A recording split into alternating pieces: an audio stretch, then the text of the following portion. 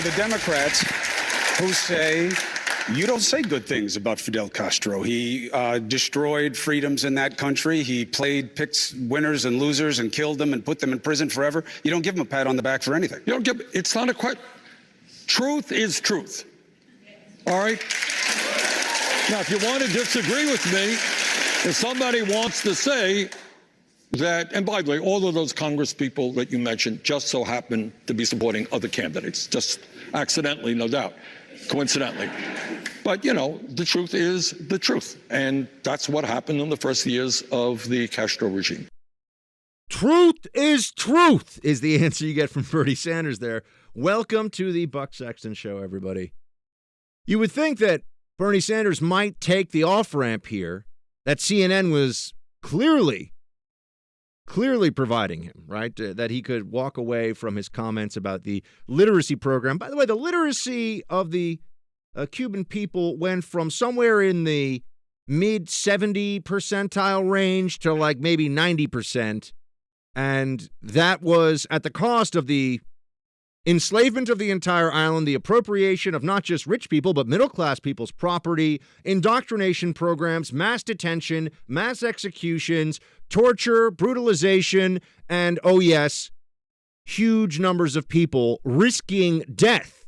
As a Cuban immigrant to this country, now a proud American, had explained it to me, always remember that people were not just willing to risk their own lives, but fathers, mothers were willing to get on rickety rafts, homemade rafts, and risk the possibility of watching their children drown before them or their children get eaten by sharks. That's how desperate they were to get off of this island that Bernie Sanders thinks had a great literacy program. Now, we're not overstating this. This is no longer that point in conservative media where you say, come on, is this meant to just get a rise out of people, or is there a little bit of media exaggeration going on here? We have a socialist who is now on a glide path to becoming the Democrat nominee for the presidency. And not only does he not hide the fact that he's a socialist, he's quite open about it, obviously, but he won't even repudiate his previous warm comments about some of the most awful totalitarian regimes on the planet. And this guy wants to be in charge of the executive branch of the United States government in less than a year. I think it's a big deal. I think we can all view this as something that is worthy of our attention and our time. And just remember this, as scary as it is, the Democrat corporate media, the CNN, MSNBC, New York Times, Washington Post industrial complex, they'll find some way to push Sanders on us. They don't care. Anybody but Trump.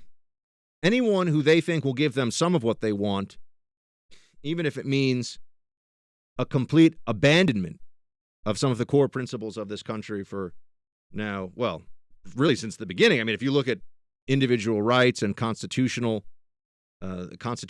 restraint on government, and then you look at what the Sanders administration is already proposing to do, it's effectively at war with the founding principles of this country.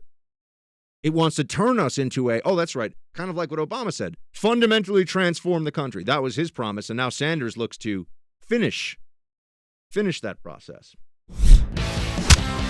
Hey, Team Buck, thank you so much for watching The First on YouTube. If you like this video, please click that little thumbs up button so then it will log as liked. And also, if you want to see more great content from The First, please click subscribe.